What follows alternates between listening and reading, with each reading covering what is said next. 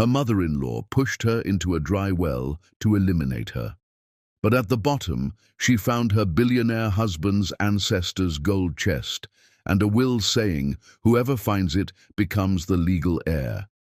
Hi, my beautiful family. Welcome back to Mr. Peter's Stories, your own family story channel. Heavenly God, today I lift every woman in this family into your loving hands. Bless her with strength that never breaks, patience that never dries, and dignity that no storm can shake. Honor her silent sacrifices, her sleepless nights, her tears she never shows, and the love she gives without limits. May her body be guarded with health, her mind filled with calm, and her heart wrapped in peace. Wherever she walks, let respect walk beside her. Wherever she speaks, let wisdom follow her voice.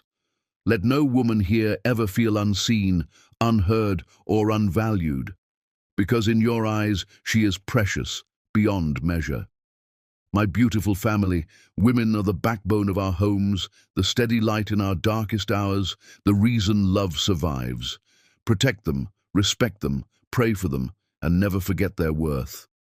If you are here with a true heart, stay with this story till the end, because everything I write is for you, with love and honor. If your heart is true, write present. If your love is real, write, I am with Mr. Peter. Let's start with love. The last thing Marseille Peak saw before the darkness swallowed her was her mother-in-law's smile. Not the polite smile Diane Connolly wore for photographers at charity galas. Not the tight-lipped smile she used when introducing Marseille as Glenn's wife, with just enough pause before the word to make it sound temporary. This was different. This smile held satisfaction, relief, and something that looked almost like love. The kind of love a mother has when she believes she's protecting her child from danger. Marseille had exactly enough time to understand what was happening before the rope ladder went slack beneath her feet and she fell into the earth. The morning had started the way every morning started in the Connolly mansion, with Glenn already gone. Marseille woke to cold sheets and the distant sound of her husband's voice drifting up from his study, already on a conference call before sunrise. She lay there, listening to him negotiate, his voice firm and confident in ways it never was when he spoke to her anymore. When had that changed? When had she become background noise in her own marriage? She knew the answer. The day Glenn's father died and the empire fell onto his husband's shoulders like a building collapse. Marseille pushed herself out of bed and stood at the window overlooking the estate grounds. The old well sat at the edge of the property, a stone circle surrounded by overgrown weeds that nobody had bothered with in generations. The Connolly family had more important things to maintain than abandoned wells, like appearances and legacies, and the crushing weight of expectations that had turned her husband into a stranger. She still remembered the Glenn who had pursued her with such intensity that her friends told her to run. He'd shown up at her job with flowers, written her letters that quoted poetry he'd actually read himself, stayed up until dawn, talking about everything and nothing. That Glenn had looked at her like she was the only person in the world who mattered. Now Glenn looked at quarterly reports. "Good morning, daughter." Marseille turned to find Diane standing in the doorway of the bedroom. Her mother-in-law never knocked anymore. Sometime during the past 3 years, Diane had decided that boundaries didn't apply to her, that every room in this house belonged to her by divine right of having birthed the heir. "Good morning, Diane. Is Glenn still working?" Diane stepped into the room, already dressed impeccably despite the early hour. Everything about Diane was impeccable. Her silver hair styled perfectly, her jewelry tasteful and expensive, her posture radiating the kind of confidence that came from never having been told no. "He has calls this morning." "He always has calls." Diane moved to the dresser, touching things that weren't hers, Marseille's perfume bottles, her jewelry box, the framed photo of Marseille's late mother. "My son works too hard. He's been working himself to death ever since his father passed. I worry about him constantly." Marseille said nothing, This was Diane's favorite game, expressing concern for Glenn while making it clear that Marseille wasn't doing enough to help him. Never mind that Marseille had begged Glenn to take a vacation, to see a therapist, to let her carry some of the burden. He'd brushed her off every time, disappearing deeper into work while his mother took over more and more of the household decisions. "I need to speak with you about something," Diane said, her voice taking on that particular tone that always preceded bad news. "Privately. Glenn will be done with his call soon." "This can't wait." Diane's smile appeared, the one that looked warm but never reached her eyes. "It's about Glenn's birthday next week. I want to do something special for him, something meaningful. You know the old well on the property?" Marseille blinked at the sudden change in subject. "The abandoned one?" "It's not abandoned, dear. It's historical. Glenn's great-great-grandfather built it when this estate was first established. When Glenn was a boy, he used to play near it all the time. He even dropped some of his childhood drawings down there, silly little sketches he'd made of the house and the grounds. I found his old journal recently, and he'd written about how much those drawings meant to him." Diane moved closer, and Marseille caught the scent of her expensive perfume mixed with something else. Desperation, maybe, or determination. "I thought we could retrieve them for his birthday. Give him something from his childhood. Remind him of simpler times.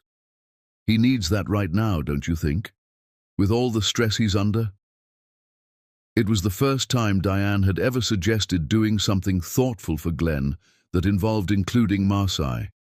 That should have been the warning sign. That should have made Marseille suspicious.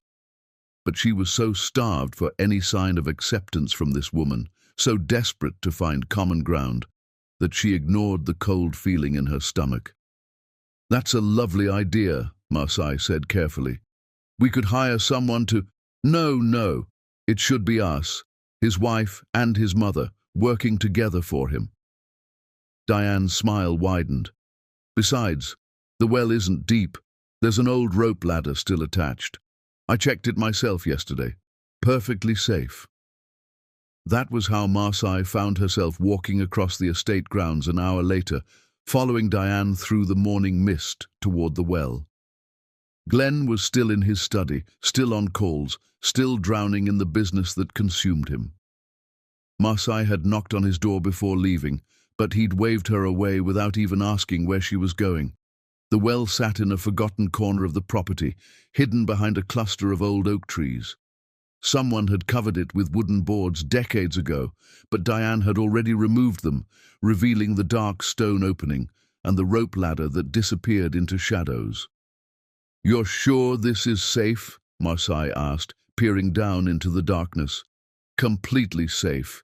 I tested the ladder myself. The drawings are right at the bottom. I could see them with my flashlight. Just climb down, grab them and climb back up. It'll take 5 minutes." Diane handed her a small flashlight. "I'd go myself, but my knees aren't what they used to be." Marseille should have said no, should have insisted they get professional help, should have listened to the voice in her head that was screaming danger. But Diane was watching her with those calculating eyes, and Marseille was so tired of being the outsider, the one who didn't belong, the one who couldn't do anything right. "Okay," she said. 5 minutes. The rope ladder felt solid under her hands. Marseille tested it carefully, then began climbing down into the well. The stone walls were damp and cold, covered in moss that had grown in the darkness for generations. The flashlight cast strange shadows as she descended, and she could smell earth and stagnant water and something old that had been buried and forgotten. She was halfway down when she heard the sound above her, something scraping, wood sliding over stone. Marseille looked up just in time to see Diane's face appear over the edge of the well, backlit by morning sun. "I'm sorry," Diane said, and she actually sounded sorry. "But you were never going to be good enough for my son. You were never going to be family. Some things are just in the blood, and you—" She paused, choosing her words carefully. "You were always temporary." "Diane, what are you—" The rope ladder went slack. Marseille's stomach dropped as she realized what was happening. Her hands tightened on the ropes, but they were already falling, already loose, already cut. She screamed Glenn's name, but the sound died in the well's throat, swallowed by stone and earth and the terrible distance between where she was and where anyone might hear her. She fell. But instead of the bone-shattering impact she expected, Marseille landed on something soft. The bottom of the well was piled with old debris, rotted canvas tarps, decomposed hay bales, layers of organic material that had accumulated over decades. The cushioning saved her life, absorbing the impact enough that she felt bruised and shaken, but not broken. She lay there gasping, the wind knocked out of her lungs, staring up at the circle of sky that was rapidly disappearing as Diane dragged the wooden boards back over the opening. "Nothing personal, dear," Diane's voice drifted down, muffled now by wood and distance. "I lost one son already. I won't lose another to someone who doesn't understand what this family needs, what Glenn needs. You would have left him eventually anyway. Women like you always do. I'm just speeding up the inevitable." The last board slid into place, and the world went dark. Marseille lay in the blackness at the bottom of the well, shaking and terrified, and listened to her mother-in-law's footsteps fade away across the grass. Above her, in the mansion, her husband was still on his conference call, still making deals, still completely unaware that his wife was trapped in the ground beneath his feet. She tried to scream again, but her voice came out weak and desperate. She tried to stand, and found she could. Nothing was broken, though everything hurt from the impact. She tried to stay calm, but panic was pulling her down, deeper than the well, deeper than the earth, into a place where nothing existed except the memory of Diane's smile and the terrible understanding that nobody was coming to save her. The last thing Marseille thought before the tears came was, "Glenn, I called your name." Then she began to cry in the dark, and the well swallowed her screams whole. Chapter 2. The Discovery. Marseille cried until her voice was raw and her throat burned. She screamed Glenn's name until the sound became a whisper. She pounded on the stone walls until her hands were bruised. She shone the flashlight up at the wooden boards covering the well, hoping to find a gap, a weakness, any way to signal for help. Nothing. The boards were solid, the well was deep, and her voice couldn't carry through stone and wood and the distance to the mansion where her husband continued his business day without her. Above, she could hear muffled sounds, voices, laughter, the distant clink of glasses. The party. Diane was hosting her charity luncheon today, the one she'd been planning for weeks. The one where she would stand in front of wealthy donors and talk about family values and community support, while her daughter-in-law was trapped in a well 50 feet from the house. Marseille sank down onto the cushioning debris that had saved her life and tried to think. She wasn't badly injured, bruised, shaken, terrified, but physically intact.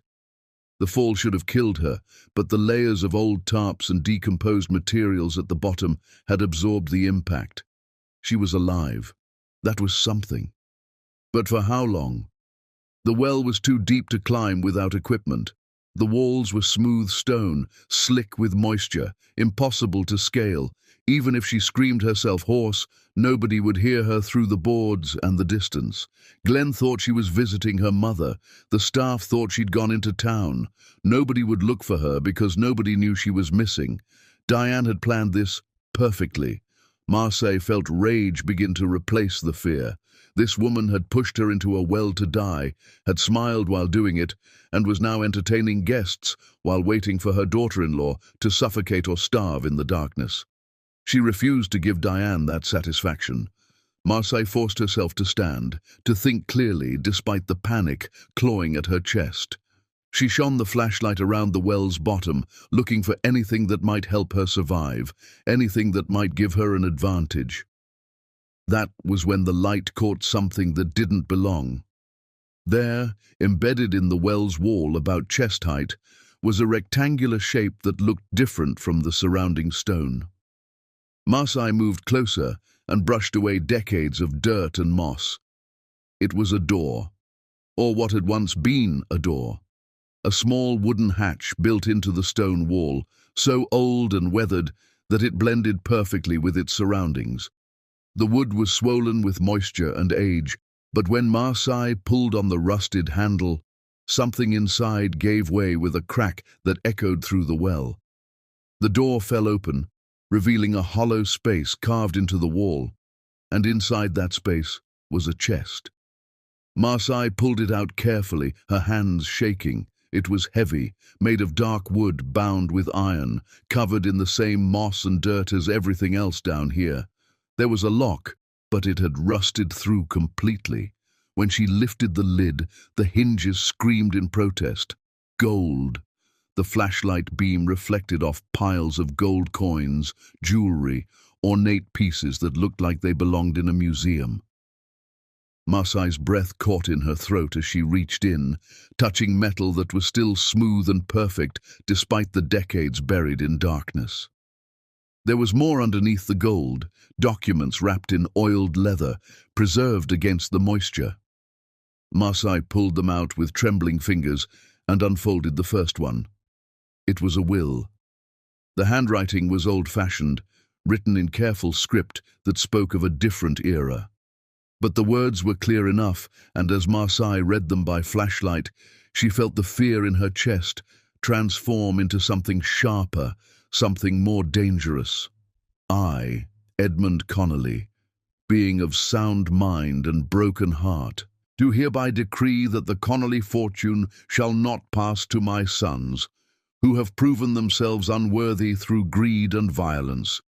Instead, let this wealth go to whomever discovers this chest, for they shall have endured what my sons would not: the darkness, the fall, the very real possibility of death.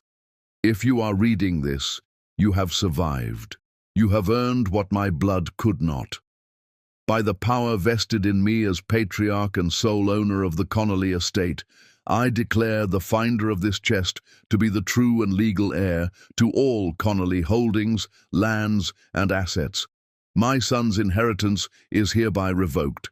Let the worthy inherit what the wicked would destroy. The document was dated over a century ago. It was notarized, signed by witnesses, bearing the official seals that made it legal and binding. Marseille read it twice, then 3 times, making sure she understood what she was holding. Edmund Connolly had hidden his fortune in the same well where his daughter-in-law would nearly die. He had written this will after watching his sons poison each other over money, after realizing that blood meant nothing when corruption ran deeper than family ties. And now Marseille held the proof that she owned everything. Not just some of the Connolly fortune, everything. The estate, the companies, the family name itself. Edmund's will superseded all others, and according to the legal language carefully spelled out in the document, it was irrevocable. The finder was the heir. The survivor inherited it all. Marseille started laughing. The sound bounced off the well walls and came back to her multiplied, echoing up toward the party where Diane was probably telling everyone how devoted she was to family, how much she'd sacrificed for her children, how blessed she was to have such a loving son. The laughter turned to tears, and the tears turned back to rage, and Marseille clutched the will against her chest and made a promise to herself. She would survive this. She would get out of this well. She would take everything from the woman who had tried to bury her. But first, she had to escape. Marseille looked up at the wooden boards covering the well's opening. They were too high to reach, even standing on the chest. She examined the walls again, looking for any weakness, any handhold that might help her climb. The stone was too smooth, too slick with moss. Even with the debris pile giving her some height, she couldn't reach high enough to matter. She was trapped, alive, uninjured, holding a fortune in gold and a will that made her the wealthiest woman in the state, but trapped in a tomb with no way out. The irony wasn't lost on her. Hours passed. The party sounds faded. Afternoon light began to dim, filtered weakly through cracks in the boards above. Marseille tried everything she could think of: piling debris higher, using pieces of the old canvas to create makeshift ropes, searching for any tool or implement that might help her escape. Nothing worked. She was stuck. As darkness fell completely, Marseille sat with her back against the cold stone wall and faced the truth. She might die down here after all. Not from the fall, but from exposure, from dehydration, from the slow realization that nobody was coming to save her. Glenn hadn't even noticed she was gone. He'd waved her away this morning without asking where she was going, and he probably hadn't thought about her since. He was too busy with his calls, his contracts, his empire that consumed every moment of his attention. Marseille closed her eyes and let the tears come again. Not tears of fear anymore, but tears of grief for the marriage she'd tried so hard to save, for the man she'd loved who had slowly disappeared into work and obligations until there was nothing left of the person who had once made her laugh. She cried for herself too, for the woman who had spent 3 years trying to be good enough, trying to earn her place, trying to matter to people who had already decided she was temporary. She cried until there were no tears left, and then she sat in the darkness, holding the will that proved her worth, and waited to see if anyone would remember she existed. Hours crawled by, night deepened, the cold seeped into her bones, and then, faintly, she heard something. Footsteps. Not above at the mansion, but nearby. Someone walking past the well, close enough that she could hear leaves crunching under their feet. Marseille scrambled to her feet and screamed, "Help! Help me! I'm trapped in the well!" The footsteps stopped. "Please!" Marseille's voice cracked with desperation. "Please, someone help me! I'm down here!" She heard the footsteps approach the well, heard someone pulling at the boards covering the opening. "Hello?" A man's voice, rough and uncertain. "Someone down there?"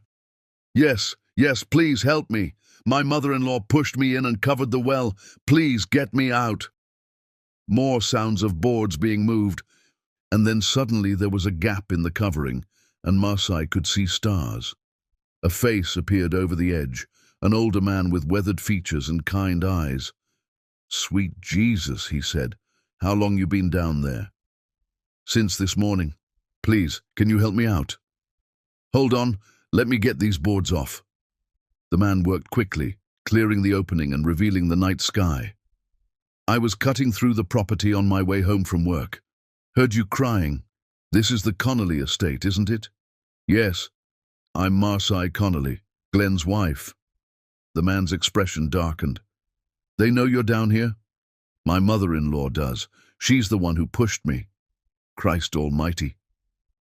He looked around, then found a length of rope in his truck parked nearby. "I'm going to lower this down. Can you tie it around yourself?" "Yes, but there's a chest down here too. Can you help me get it out?" "A chest? What kind of chest?" "It's important, please." The man looked skeptical, but nodded. "All right, you first, then the chest." He lowered the rope and Marseille tied it around herself with shaking hands. The man was strong despite his age, pulling her up slowly and steadily until she could grab the edge of the well and haul herself out onto solid ground. Marseille collapsed on the grass, gasping and crying, and feeling the night air on her face like a blessing. The man gave her a moment, then lowered the rope again. "Hook it to the chest," he called down. Marseille did, and together they hauled the heavy chest up and out of the well. When it was safely on the ground, the man stared at it with wide eyes. "What you got in there that's so important?" "My future," Marseille said. She pulled out several gold coins and pressed them into his hand. "Please, you saved my life. Take these and don't tell anyone you saw me. Not the police, not the Connollys, nobody." The man looked at the gold, then at Marseille's bruised face and desperate eyes. "Your family did this to you?" "My mother-in-law tried to kill me. If she knows I survived, she'll try again." He closed his fist around the coins. "I never saw nothing. You take care of yourself, Mum, and you make them pay for what they done." "I will," Marseille promised. The man helped her drag the chest to his truck and drove her to the highway, asking no questions. He dropped her at a gas station and drove away into the night, taking her secret with him. Marseille stood in the fluorescent light of the station, filthy and bruised and holding a chest full of gold, and called a taxi to take her to the nearest motel. She had survived, and now she was going to make sure everyone who had failed her would pay the price. Chapter 3. The Resurrection. Marseille spent the first week in a roadside motel, paying cash from a single gold coin she'd sold at a pawn shop. The proprietor had looked at her with suspicion, a woman covered in bruises and dirt, selling antique gold at dawn. But he'd taken the coin and given her enough cash to survive for a while. She told no one where she was. She called no one. She simply existed in that small motel room, sleeping fitfully as her body recovered from the shock of what had happened, waking to stare at the ceiling and plan her next moves. The second week, she began to rebuild. Marseille sat on the motel bed with the will spread out before her, reading it over and over until she'd memorized every word. The legal language was archaic, but clear. Whoever found the chest inherited everything. Not some percentage, not a share of the wealth. Everything. Edmund Connolly had hidden his fortune specifically to keep it away from his sons, who had spent their lives fighting over money they believed was theirs by birthright. He'd watched them poison each other's marriages, sabotage each other's businesses, destroy each other's lives, all for wealth they would never fully possess. So he'd hidden it, buried it in a well where only someone who had fallen could find it. And he'd written a will that ensured the Connolly fortune would go to someone who had earned it through suffering rather than blood. Marseille was that someone. The chest itself was worth a fortune. The gold coins alone could fund her survival for years. But the will was worth something far more valuable. It was revenge wrapped in legal legitimacy. When she presented this document in court, the entire Connolly empire would transfer to her ownership. Glenn would lose everything, his companies, his properties, his family legacy, all of it would become hers by law. And Diane would watch her son's inheritance disappear because she'd pushed the wrong woman into a well. The irony was almost poetic. But Marseille knew she couldn't just walk into a courtroom looking like a trauma victim and expect to be taken seriously. She needed preparation. She needed strategy. She needed to transform herself from the woman who had fallen into the woman who would rise. The third week, she found a lawyer. Ruth Livingston had a small practice in a town far enough from the Connolly estate that the name wouldn't immediately ring bells.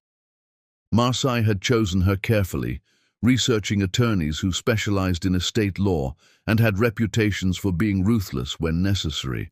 Ruth was a woman in her 60s, with grey hair pulled back in a severe bun and eyes that missed nothing. When Marseille walked into her office carrying the chest, Ruth's expression didn't change. She'd seen stranger things in her career. "I need to validate a will," Marseille said, placing the chest on Ruth's desk. "And then I need to take everything from the family who tried to kill me." Ruth opened the chest, examined the gold, then picked up the will and began to read. Her eyes widened slightly, the only sign of emotion she showed, and when she finished, she looked at Marseille with something that might have been respect. "This is legitimate," Ruth said. "The legal language is old, but it's solid. Edmund Connolly had the authority to write this will, and the provisions are clear. If you can prove you found this chest, everything he owned transfers to you." "I can prove it." "Then you're about to become one of the wealthiest women in the state." Ruth leaned back in her chair. "But I'm guessing you didn't come here just for legal validation. You came here because you want to make them suffer." "Yes."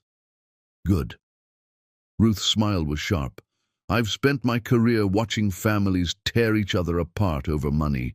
Usually it's the children who destroy each other, but in this case it sounds like the mother is the problem." Marseille told her everything. The well, the fall, the man who had saved her, Glenn's complete absence from any attempt to find her. She watched Ruth's expression harden with each detail, saw the lawyer's own anger rising to match hers. "I lost my own inheritance once," Ruth said when Marseille finished. "My brothers convinced our dying father that I was incompetent, that I needed supervision, that I couldn't be trusted with money. By the time I fought back, most of the estate was gone. So yes, I'll help you, but I'm going to do it right. We're going to build a case so airtight that the Connolly family won't be able to breathe, let alone fight back. How long will it take? Months, maybe longer. We need to authenticate the will, research the estate laws, prepare for every possible challenge they'll throw at us. We also need to file a police report. Attempted murder needs to be documented, and the forensics evidence will support your claim." Ruth pulled out a pad of paper. "And in the meantime, you need to heal. You need to get stronger. You need to transform yourself into someone they won't recognize when you walk back into their lives. I don't want to hide from them. I'm not asking you to hide. I'm asking you to become powerful." Ruth began writing. "You're going to take this money from the gold, and you're going to invest in yourself. New clothes, a good doctor, a therapist if you need one. You're going to eat well and sleep well and let your body recover from what they did to you. And then, when you're strong enough, we're going to walk into court and take everything they have. What if Glenn reports me missing? What if Diane tells people I disappeared? Has your husband filed a missing person report?" Marseille thought about the motel room, the weeks of silence, the complete absence of anyone looking for her. "No." "Then he either thinks you left voluntarily or his mother convinced him that you did. Either way, you're not missing. You're gone. And when you come back, you'll come back as the legal owner of everything they thought was theirs." Ruth stood and extended her hand. "I'm going to need a retainer. One of those gold coins should cover it." Marseille shook the lawyer's hand, feeling something shift inside her. This was real. This was happening. She was actually going to do this. "One more thing," Ruth said. "We need to file that police report today. Time is critical for preserving evidence. The well, the boards Diane moved, the cut rope, all of it needs to be documented before she can destroy the proof." That afternoon, Marseille sat in a police station and gave her statement.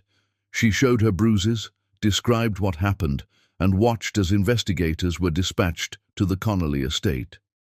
They would find Diane's fingerprints on the boards.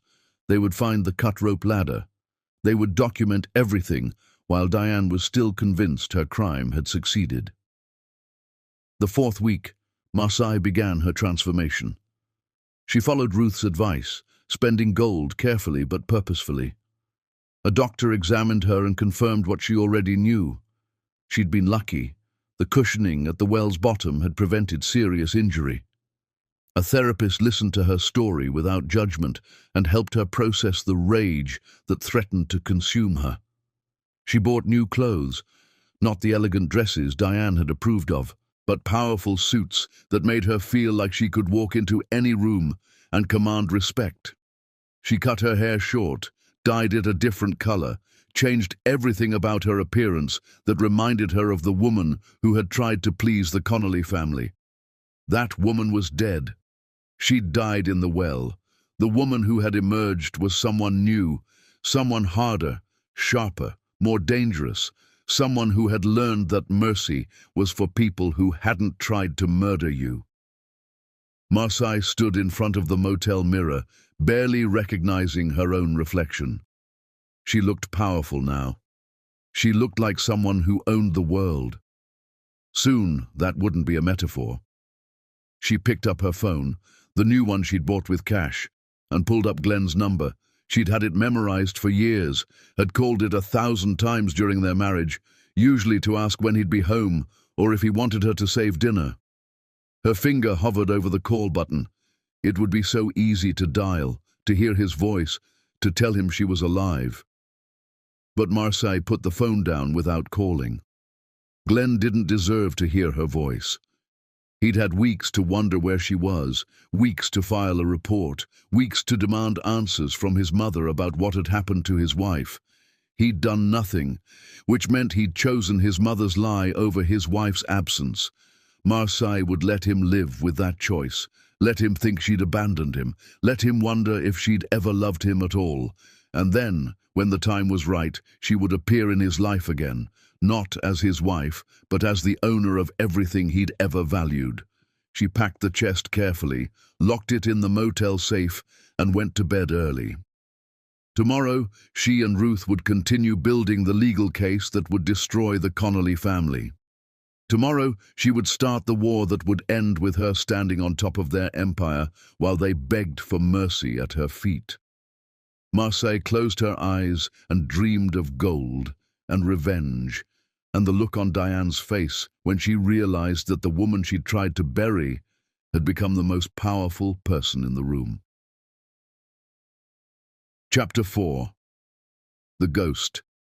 Marseille's first appearance was at Diane's charity luncheon, exactly 1 month after the well.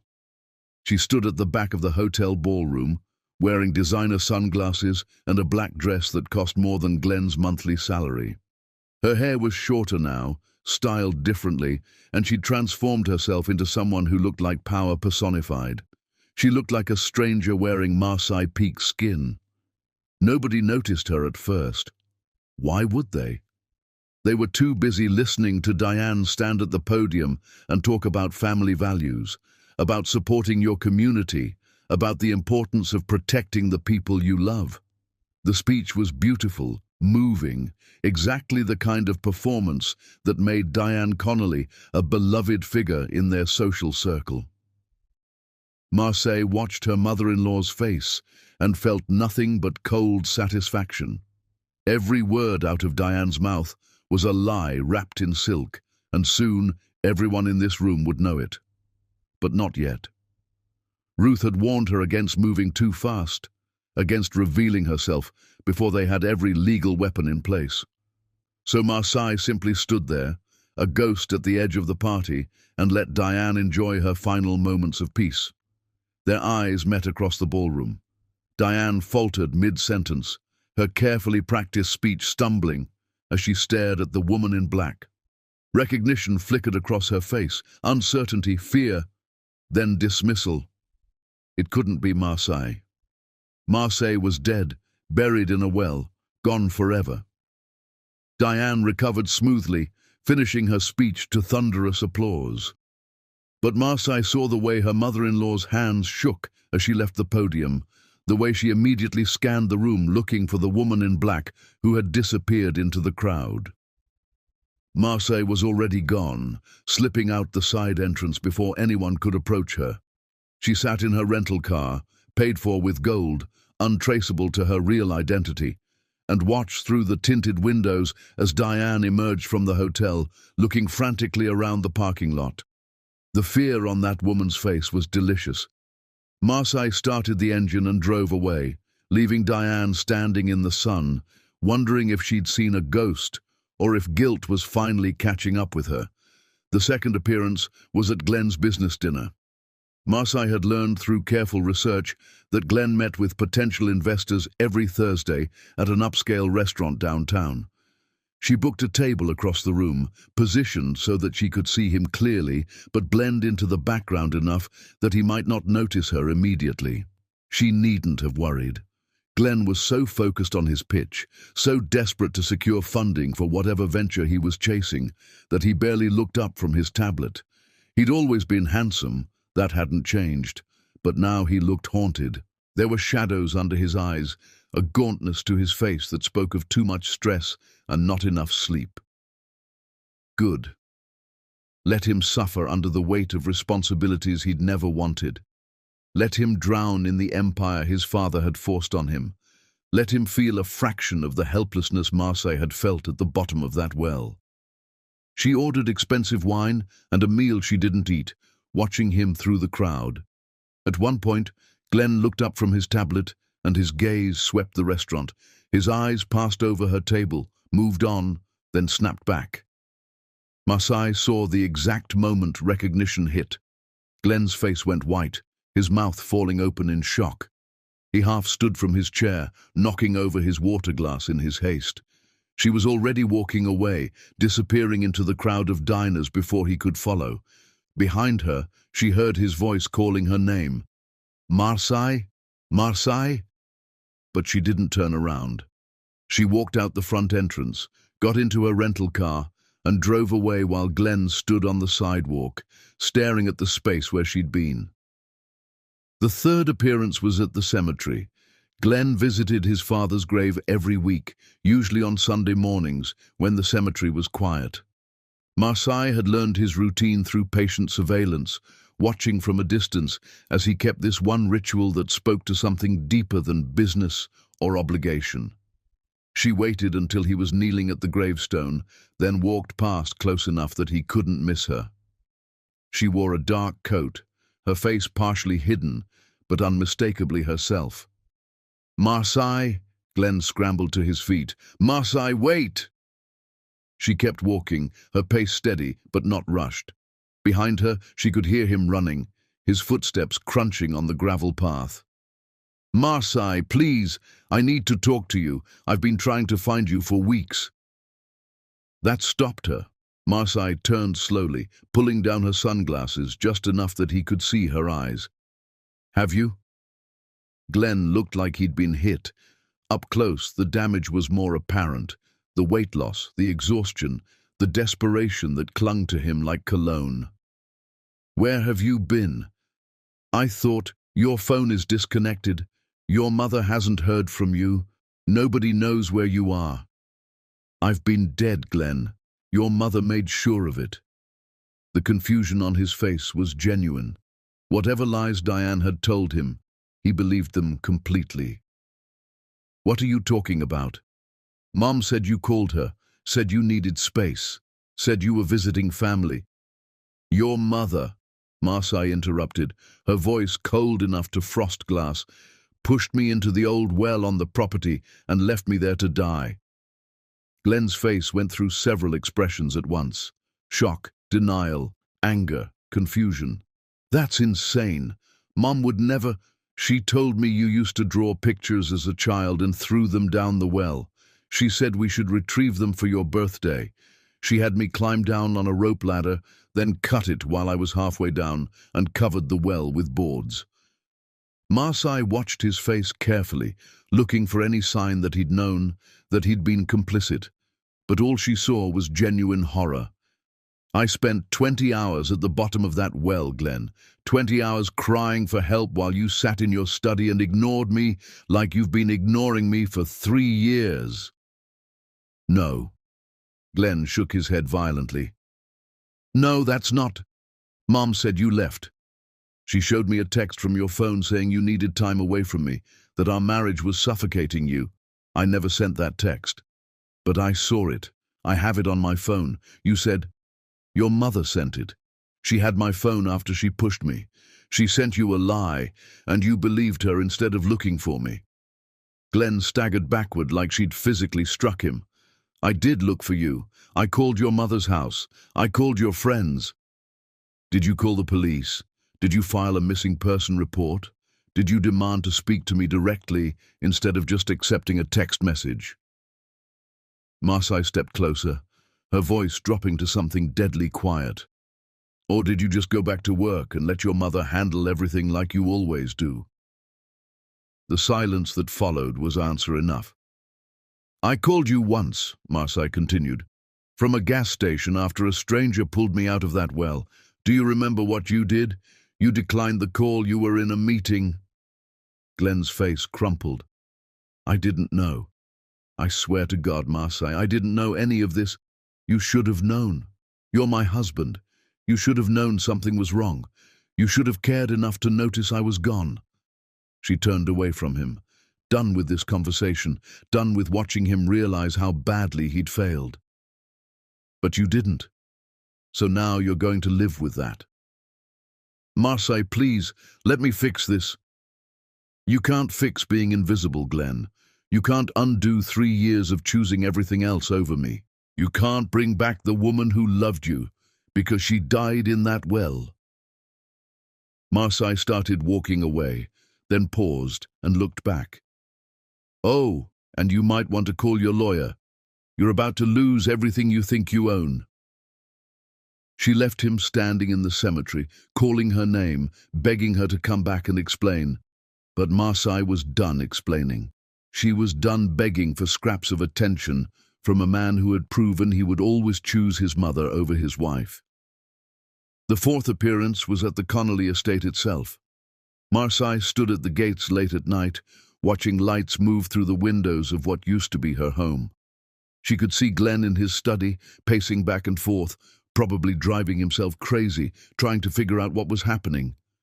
She could see Diane in the sitting room, her silhouette rigid and tense. They knew something was coming. They just didn't know what. Ruth had filed the will with the court that afternoon. The legal machinery was now in motion. Authentication, validation, challenges from the Connolly family lawyers. It would take time, but the end result was inevitable. Edmund Connolly's will was ironclad, and Marseille had the evidence to prove she'd found the chest exactly where it had been hidden for over a century. The police investigation was underway too. Forensics had confirmed Diane's fingerprints on the boards covering the well. They'd found the cut rope ladder. They'd documented everything before Diane could destroy the evidence. Soon, all of this would be hers. The estate, the companies, the fortune that Diane had tried to protect by murdering the woman she saw as a threat. Marseille pressed her hand against the cold iron of the gate and whispered a promise to the house beyond. "I'm coming for you, all of you." Inside the mansion, she saw Glenn appear at his study window. He stood there for a long moment, staring out at the darkness as if he could feel her presence. His face was tortured, lost, desperate for answers he couldn't find. Marseille felt a pang of something that might have been sympathy, but she crushed it before it could take root. Glenn had made his choices. He'd chosen his work, his mother, his comfortable ignorance over his wife. He'd let Diane poison their marriage without ever questioning her motives or methods. Now he would pay for that choice. Marseille turned and walked away from the gates, disappearing into the night. Behind her, Glenn remained at the window, staring at shadows that held no answers, haunted by the ghost of a wife he'd lost before she'd ever disappeared. Chapter 5. The Truth Emerges. The annual Connolly Foundation Gala was the social event of the season, an evening where the wealthy gathered to congratulate themselves on their generosity while sipping champagne that cost more than most people's monthly rent. Diane had organized it herself, turning what had started as her husband's modest charity work into a glittering showcase of the Connolly family's superiority. Tonight, Diane stood at the podium in a silver gown, her hair perfect, her smile radiant as she addressed a ballroom full of donors. Glenn sat at the head table, looking uncomfortable in his tuxedo, his eyes constantly scanning the crowd as if searching for something he couldn't name. He was searching for her. Marseille knew this because she'd been watching them both for weeks, learning their patterns, waiting for the perfect moment to strike. Tonight was that moment. Marseille walked into the ballroom, wearing a gold dress that shimmered under the chandeliers, her short hair styled sleek and sophisticated. She carried a leather portfolio under one arm and moved with the kind of confidence that made people step aside without thinking about it. She walked straight to the front of the ballroom while Diane was mid-speech, talking about family legacy and the importance of protecting what matters most. "Excuse me," Marseille said, her voice cutting through Diane's carefully rehearsed words. "I need to interrupt." The room went silent. All eyes turned to the woman in gold walking toward the stage with purpose in every step. Diane's face went white, her carefully applied makeup suddenly looking garish against her pale skin. Glenn stood up so fast, his chair fell backward with a crash that echoed through the ballroom. "Marseille?" She ignored him, climbing the stairs to the stage and walking directly to the podium. Diane backed away, her hand pressed to her chest, as if checking to make sure her heart was still beating. "My name is Marseille Peake Connolly," she said into the microphone. her voice steady and clear. 1 month ago, my mother-in-law tried to murder me. The ballroom erupted. Gasps, exclamations, the sound of hundreds of people reacting at once. Security moved toward the stage, but Marseille held up one hand. "I have evidence," she said calmly. "Police evidence, legal evidence, and I have the law on my side. So I suggest everyone sit down and listen, because this is the last time the Connolly family will control anything." Glenn pushed through the crowd, his face a mixture of horror and confusion. "Marseille, what are you doing?" "Telling the truth. Something your family seems allergic to." She opened the portfolio and pulled out documents, photographs, police reports. "Diane Connolly lured me to the abandoned well on the estate property under the pretense of retrieving your childhood drawings. When I climbed down, she cut the rope ladder and covered the well with boards, leaving me to die."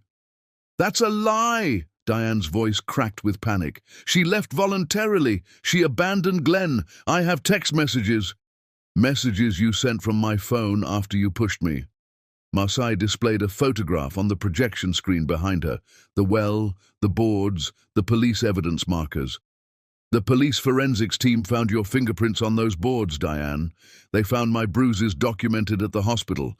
They found the rope ladder you cut with fibers matching the knife in your garden shed." The room's energy shifted from shock to horror. People were pulling out their phones, recording this, making sure they had proof of what was happening.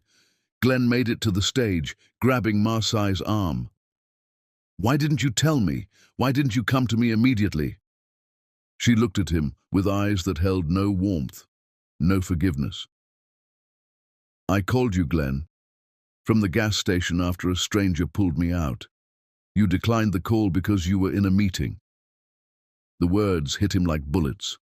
Glenn's hand dropped from her arm, his face going slack with the weight of what she was saying.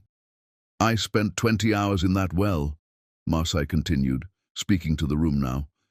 20 hours while your charity gala invitations were being sent out, while your mother was hosting luncheons and accepting awards for her humanitarian work. 20 hours while my husband went about his business, never once questioning why his wife had suddenly disappeared. "I thought you left me," Glenn whispered, but the microphone caught it anyway. "I know. Your mother made sure of that." Marseille turned back to the audience. "But here's the interesting part. While I was trapped at the bottom of that well, I found something. Something that's going to change everything." She pulled out the will, holding it up for everyone to see. "This is the last will and testament of Edmund Connolly, written over a century ago. He hid his fortune in that same well because his sons had proven themselves unworthy of inheriting it. He wrote that whoever found his chest would become the true heir to the Connolly fortune." The room's silence was absolute now. Even the people recording had frozen, their phones forgotten, as they listened to Marseille systematically dismantle everything the Connolly family represented. "I found that chest," Marseille said, "which means, according to Edmund Connolly's legally binding will, I am the rightful owner of the entire Connolly estate, not some of it, not a portion of it, all of it." Diane made a sound like a wounded animal. "You're lying. You fabricated that will. You're trying to steal what belongs to my family." "Your family tried to steal my life." Marseille's voice cut through Diane's hysteria like a blade. "And now you're going to watch me take everything you thought was yours, the estate, the companies, the foundation, the Connolly name itself. It's all mine. Legally, irrevocably, permanently mine." She displayed the will on the screen, authenticated by experts, validated by the court, irrefutable in its language and intent. The audience could see every word, every seal, every signature that proved Edmund Connolly had wanted his fortune to go to someone who had survived darkness rather than someone who had been born into privilege. Glenn stood beside Marseille, reading the will with an expression of complete devastation. "This is real," he said softly. "This is actually real." "Yes." Marseille turned to face him directly. "Your great-great-grandfather knew what your family would become. He saw his sons destroy each other over money, and he decided that blood meant nothing if it was poisoned by greed, so he hid everything and waited for someone worthy to find it. "And that's you?" Glenn's voice was barely audible. "You're the worthy one. I'm the one who survived what your mother did to me. I'm the one who was pulled out of hell by a stranger who showed more compassion in 5 minutes than your family showed in 3 years. I'm the one who earned this inheritance by refusing to die." She stepped closer to him, her voice dropping to something only he could hear. "I loved you, Glenn. I loved you so much that I ignored every warning sign, every red flag, every moment of neglect because I thought if I just tried harder, you'd finally see me. But you never did. You chose your mother, your work, your comfortable ignorance over and over and over again. So now you get to live with the consequences." Glenn's eyes filled with tears. "I'm sorry. God, Marseille, I'm so sorry. Your apology is 1 month too late." She turned back to the ballroom, addressing the stunned audience. "The court has validated Edmund Connolly's will. As of this morning, I am the legal owner of all Connolly assets. Diane Connolly is being charged with attempted murder. And Glenn—" She looked at her husband one last time. "Glenn needs to find a new place to live because the estate belongs to me now." Security finally reached the stage, but they weren't there for Marseille. They were there for Diane, who had collapsed in her chair, hyperventilating and clutching at her chest, as she realized that everything she'd done to protect her son's inheritance had destroyed it instead. Marseille watched Diane being helped out of the ballroom by paramedics, watched the woman who had tried to bury her being carried away in disgrace. She felt no triumph, no satisfaction, only cold certainty that justice had been served. Glenn remained on stage, standing alone in his tuxedo while the ballroom erupted around him. People were leaving, talking, making calls, spreading the news that the Connolly Empire had just fallen into the hands of the woman they'd tried to kill. "Marseille," Glenn said her name like a prayer. "Please, can we talk? Can I explain?" "There's nothing to explain." She gathered her documents, preparing to leave. "You made your choices. Now you get to live with them." "I didn't know. I swear to God I didn't know what she did." "But you should have. That's the whole point, Glenn. You should have known something was wrong. You should have cared enough to look for me. You should have chosen me at least once in 3 years of marriage." Marseille walked toward the stage stairs, then paused. "The lawyers will contact you about vacating the estate. You have 30 days. She left him there, standing on the stage in a ballroom full of people who had just watched his entire world collapse. Behind her, Glenn called her name one more time, his voice breaking on the syllables. But Marseille didn't turn around. She'd spent 3 years waiting for him to see her, to choose her, to love her the way she deserved to be loved. She was done waiting. Chapter 6. The Reckoning. Marseille moved into the Connolly mansion on a Thursday morning, walking through the front doors she'd once entered as an unwelcome bride. The staff lined up in the foyer, uncertain and nervous, but she addressed them calmly.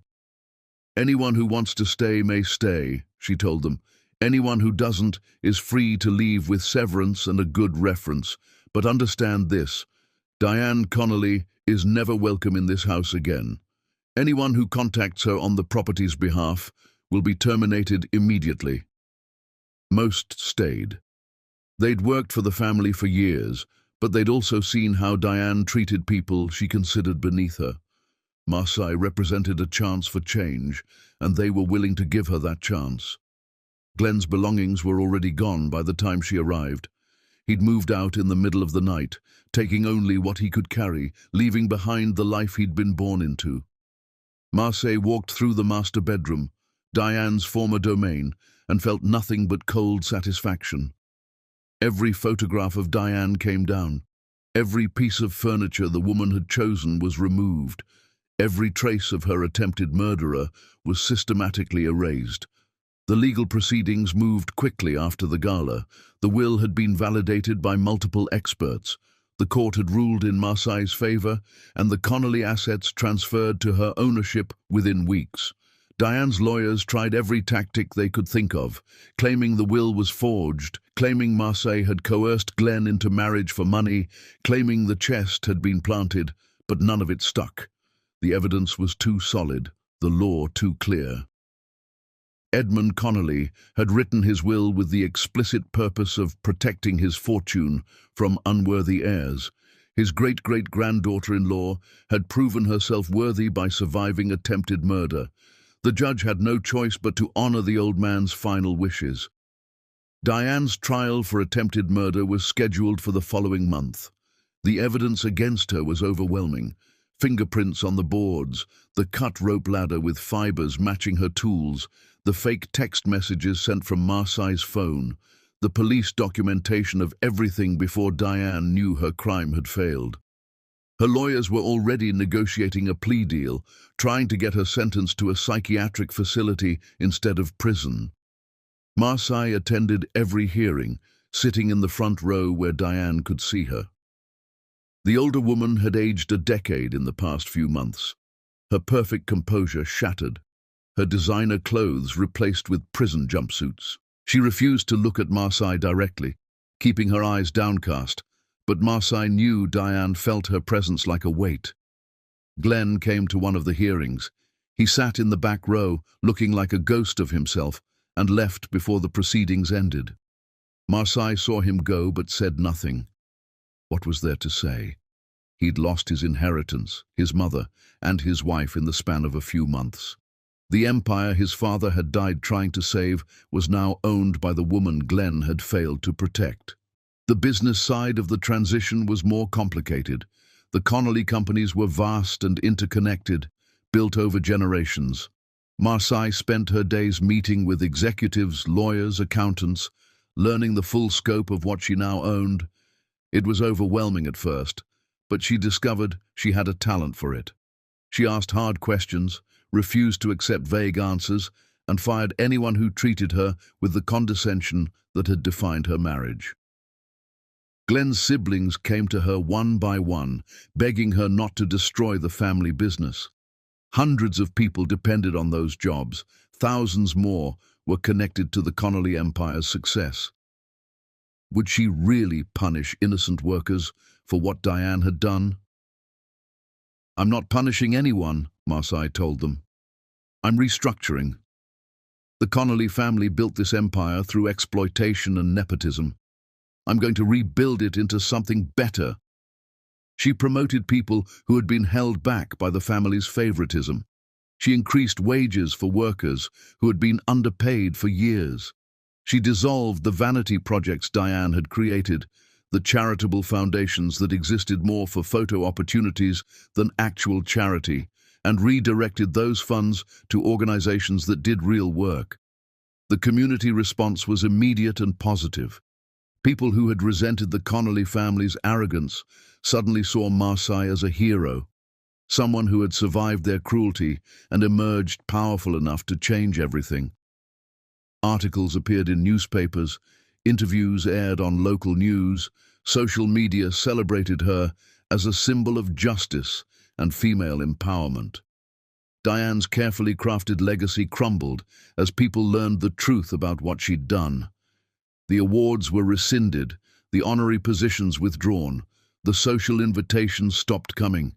She became a cautionary tale about the dangers of pride and the poison of believing your bloodline made you superior to others. Marseille should have felt triumphant. She'd won. She'd taken everything from the woman who had tried to kill her, dismantled the empire that had treated her as disposable, become more powerful than any Connolly had ever been. But at night, alone in the master bedroom of the mansion, she felt hollow. The victory was real, but it was empty. Taking Diane's fortune didn't erase the 20 hours in the well. Owning the estate didn't undo 3 years of being invisible in her own marriage. Power didn't heal the wounds that had been carved into her soul. One evening, Marseille stood at the window of what used to be Glenn's study, looking out at the old well in the distance. Someone had filled it in now, covering the opening with concrete and dirt, erasing the physical evidence of what had happened there. But Marseille would never forget. She would carry that well with her forever, a darkness that lived inside her chest, where her heart used to be. A knock at the study door interrupted her thoughts. One of the staff stood there, looking uncomfortable. "Ma'am, Mr. Connolly is at the gate. He's asking to speak with you." Marseille's first instinct was to refuse. Glenn had lost the right to enter this house when he'd failed to protect her from his mother, but curiosity won out. What could he possibly want to say that would matter now? "Let him in," she said. "Bring him to the sitting room." She met him there, standing while he sat, maintaining the power dynamic that had reversed so completely. Glenn looked terrible, gaunt, exhausted, his expensive suit hanging off him like it belonged to someone else. "Thank you for seeing me," he said quietly. "You have 5 minutes." Glenn flinched at her coldness, but he'd earned it. "I'm not here to beg for the house back or ask for money. I know I have no right to ask you for anything." He paused, gathering courage for whatever he'd come to say. "I'm here to tell you that I've spent every day since the gala trying to understand how I became the kind of man who could lose his wife without even noticing. And I think I finally figured it out. I'm not interested in your self-discovery, Glenn. Please, just let me say this." He looked up at her with eyes that held genuine pain. "My father died and left me an empire I never wanted. I was drowning in responsibilities I hadn't prepared for, trying to be something I wasn't built to be. And instead of asking you for help, instead of letting you be my partner, I let my mother take over because it was easier than fighting her." "You let her take over my marriage," Marseille corrected. "You let her poison everything between us because you were too weak to stand up to her." "Yes, you're right. I was weak." Glenn's hand shook as he clasped them together. "My mother spent my whole life telling me that I had to be strong, had to be perfect, had to uphold the family legacy. And when my father died, she convinced me that you were the problem, that you distracted me, that you didn't understand what was at stake, that you were going to drag me down. So you believed her instead of trusting me. I believed her because it was easier than admitting I was failing on my own." Glenn stood up, not approaching but needing to say this on his feet. "I know this doesn't fix anything. I know my apology means nothing after what I let happen to you. But I need you to know that I see it now. I see how completely I failed you. I see that you were never the problem. I was. My mother was. This family was." Marseille felt something crack in her chest, but she refused to let it show. "If you're waiting for me to forgive you, you're going to be waiting a long time. I'm not asking for forgiveness. I'm asking you to believe that I loved you. Maybe not well enough, maybe not strongly enough, but I did love you. And losing you has destroyed me in ways that losing this house and the fortune never could. Then you should have fought for me when it mattered." Marseille moved toward the door, done with this conversation. "You have 30 seconds left." Glenn followed her, desperation making him brave. "What can I do? Tell me what I can do to prove I'm different now, that I've learned, that I—" "Nothing. There's nothing you can do, Glenn, because the woman you loved is dead. She died in that well when you declined her call." Marseille opened the door, gesturing for him to leave. "The woman standing here now doesn't need your love or your apologies. She just needs you gone." Glenn walked to the door, then paused at the threshold. "I'm going to prove to you that I've changed. I don't know how long it'll take, but I'm going to find a way to show you that I can be the man I should have been from the beginning. Don't bother." Marseille's voice was ice. "I'm not interested in the man you might become. I'm only interested in surviving the damage the man you were inflicted on me." She closed the door in his face and stood there listening to his footsteps fade down the hallway. Through the window she watched him walk across the grounds toward the gate, his shoulders slumped in defeat. Marseille turned away from the window and walked through the mansion that was now hers. Every room was filled with furniture she'd chosen, artwork she'd selected, evidence that she had erased the Connolly family and replaced it with something entirely her own.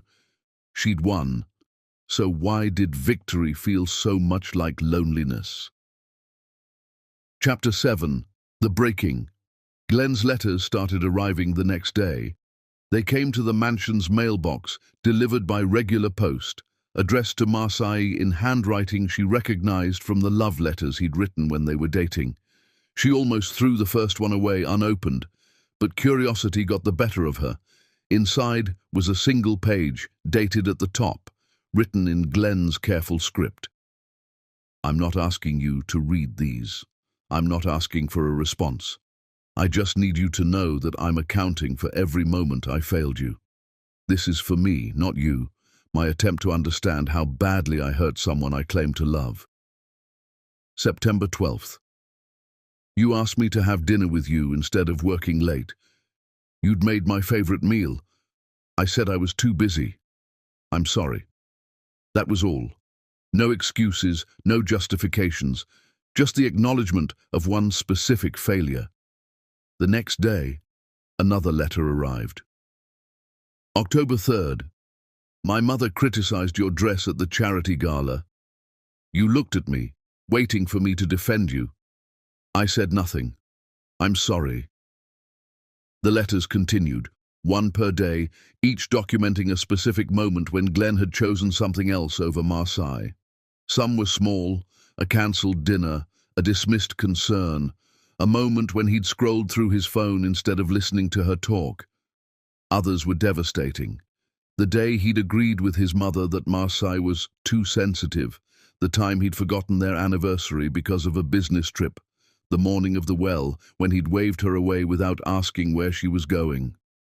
Marseille read every single one alone in the master bedroom, crying until she was empty. Not because the letters changed anything, they didn't, but because they were proof that Glenn finally saw her, finally understood the 1,000 tiny deaths she'd endured in their marriage, the slow erosion of her self-worth as she tried and failed to matter to him. But understanding didn't undo damage. Acknowledgement didn't heal wounds. Glenn was documenting his failures as if confession might absolve him, but Marseille knew better. Some things couldn't be forgiven just because someone finally admitted they were wrong. Still, she kept the letters, stored them in a box in her closet, evidence of what she'd survived and who she'd become in the aftermath. Word spread through their social circle that Glenn had lost everything. People who had once courted his favor now avoided him, not wanting to be associated with the man whose mother had tried to murder his wife. His business connections dried up. Nobody wanted to partner with someone connected to attempted murder and a stolen inheritance. Glenn found work at a mid-level company, doing the kind of administrative tasks he'd once assigned to junior employees. He lived in a small apartment across town, drove an old car, wore clothes from department stores instead of custom tailors. Everything that had defined him, his wealth, his status, his family legacy, was gone. Marseille heard about his circumstances through the staff, who still had connections to people who had known the family. Part of her expected to feel satisfaction at Glenn's downfall, but mostly she just felt tired. Revenge was exhausting, victory was lonely, power without purpose was just an elaborate cage. One afternoon, Marseille drove past Glenn's apartment building. She didn't plan to, it just happened, her route taking her through that neighborhood. She saw him sitting on the steps outside, looking at something in his hands. She almost kept driving, almost ignored him the way he'd ignored her for 3 years. But something made her pull over, made her walk across the street to where he sat. Glenn looked up when her shadow fell across him, and she saw what he was holding, their wedding photo. The one where they were both laughing, young and hopeful and genuinely happy. Before the empire fell on his shoulders, before Diane poisoned everything, before the well. "I found this when I was packing," Glenn said quietly. "I'd forgotten what we looked like when we were happy." Marseille sat on the steps beside him, maintaining distance but present. "That feels like it happened to different people." "It did. I was someone else then. Someone better." He turned the photo over, and Marseille saw that he'd written something on the back. "The day I promised to love you forever. I'm sorry I didn't keep that promise."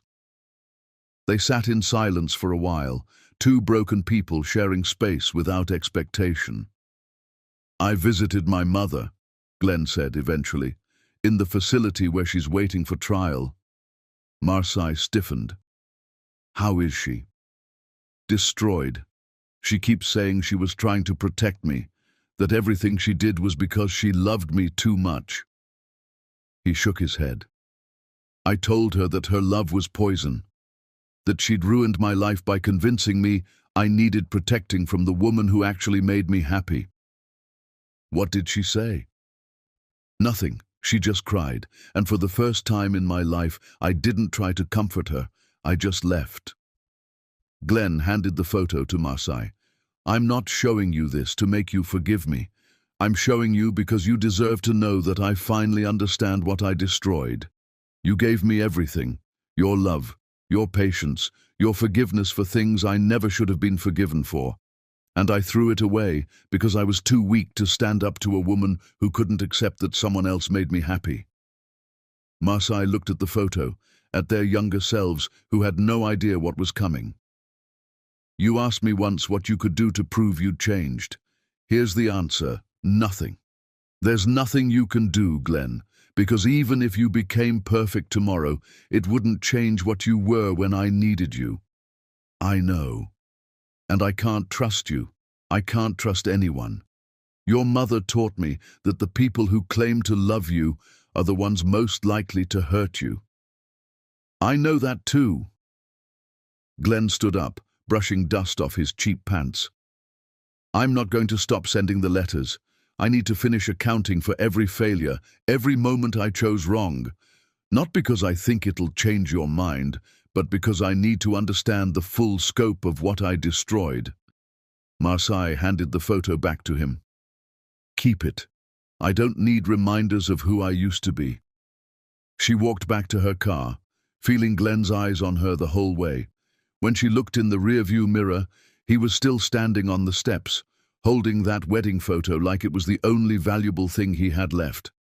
The letters continued, dozens of them, then hundreds, each documenting another specific failure. Marseille read them all, letting Glenn's confession wash over her like cold water. She didn't respond, didn't acknowledge them, just let them accumulate in the box in her closet. But she noticed something changing in the letters as weeks passed. Glenn wasn't just cataloging failures anymore. He was beginning to understand why he'd made those choices, what fears and insecurities had driven him to choose his mother over his wife, work over love, convenience over courage. The letters became more insightful, more painful, more honest. Glenn was doing the work of actually changing, not just performing change in hopes of a reward. He was becoming the man he should have been, even though it was too late to matter. And Marseille, alone in her mansion, powerful and wealthy and completely isolated, began to wonder if revenge was all she wanted, if winning was worth the emptiness that came with it, if she'd survived the well only to trap herself in a different kind of darkness. She had everything: the estate, the fortune, the power to destroy anyone who crossed her. But late at night, reading Glenn's letters by lamplight, she had nothing at all. Chapter 8. The Impossible Choice. The discovery came on a rainy Tuesday afternoon while Marseille was organizing the study's old filing cabinets. She'd been putting it off for months. Sorting through decades of Connolly family documents felt like archaeology, digging through the remnants of people who had believed their blood made them special. But the lawyers needed certain papers for the final transfer of assets, so Marseille forced herself to go through every drawer, every box, every forgotten file that might hold something important. That was how she found the second letter. It was tucked in the back of the